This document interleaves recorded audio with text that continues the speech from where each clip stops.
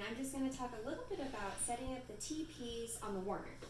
And so it'll be pretty similar to how the mobile T-pieces are at Parker, let's say. So to start, there's two switches. There's one in here that we got to turn on, and then there's one in the back. Excuse that noise right here. And so both of those switches need to be turned on for the warmer to be turned on. And then this is going to be our airflow. And so for our T-piece, it's going to be over here, and we want that to be set at 10. If we did have a bag mask, it would be over here, but we don't, and so that's just set to 0. Then over here is our suction. Okay, and so when we are setting up our T-piece, the first thing that we want to do is occlude the mask, or sometimes they have like a little attachment that you can just attach to the end and it occludes it. But what we're looking for is here that our PEEP is at 5, and we pretty much always want our PEEP to be at 5. And then when I push the top here, oh, and if we want to adjust our PEEP, just real fast, it's just this dial on top. And so you actually have to turn it pretty significantly for it to have any change. There we go. But we don't want to do that. And so this is how we would do that. And then to check our pressure, we occlude the top. And so this is going to be our PIP, our peak inspiratory pressure. And so how we adjust that is using this dial. And so this will put you at a hard stop at about 32. But if you're going through the steps of Mr. Sopa, you can go all the way up to 40 of pressure. And so you do something like that. Of course, when you're adjusting your PIP, you want to do that off of the baby. Okay, and then if we are starting to bag, any term baby will start off at 21%. And then for babies less than 34 weeks, you can go anywhere from 21 to 30%. And you'll just titrate your FiO2 using this knob here. And then for our suction, it is often located down here at the base. So okay, so your suction is normally down here, and you'll just sort of kink that off to see where you are. So we're pretty high. We want to be anywhere from 80 to 100 for babies. So that looks better. Okay, and since this little baby's very small, we've wrapped her in a bag to keep her warm.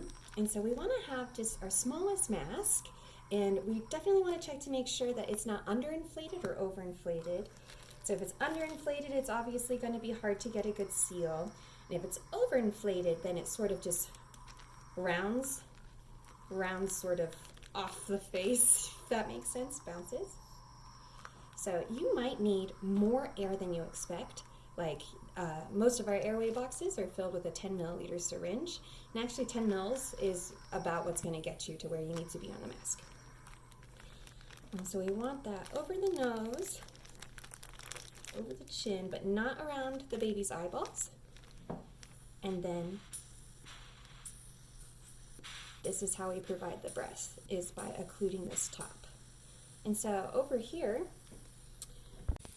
and I can tell that I have a good seal because my PEEP is where it needs to be, which is at 5. So this is what we should be seeing for our breaths. So I'm going a little fast just to show you, but our rate should generally be about 40 to 60 if we're giving PPV. So about a breath, 2, 1, 2, 1, 2, 1, 2, 1, 2. So it's a little different from when we're doing NRP.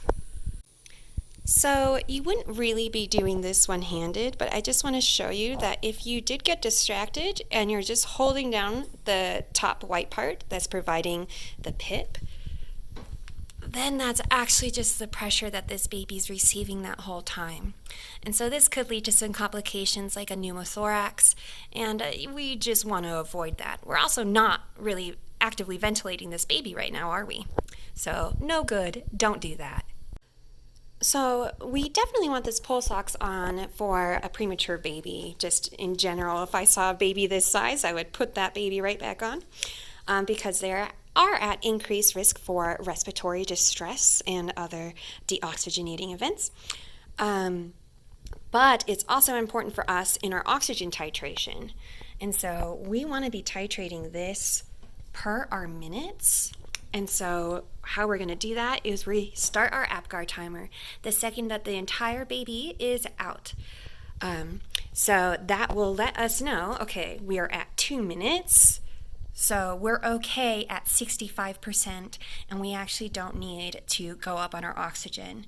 It's hard because you see a baby come out and they look a little bit cyanotic, and so you want to give them the oxygen, but then when you actually put the pulse oximeter on, you realize that they're perfectly within range, and that is fine.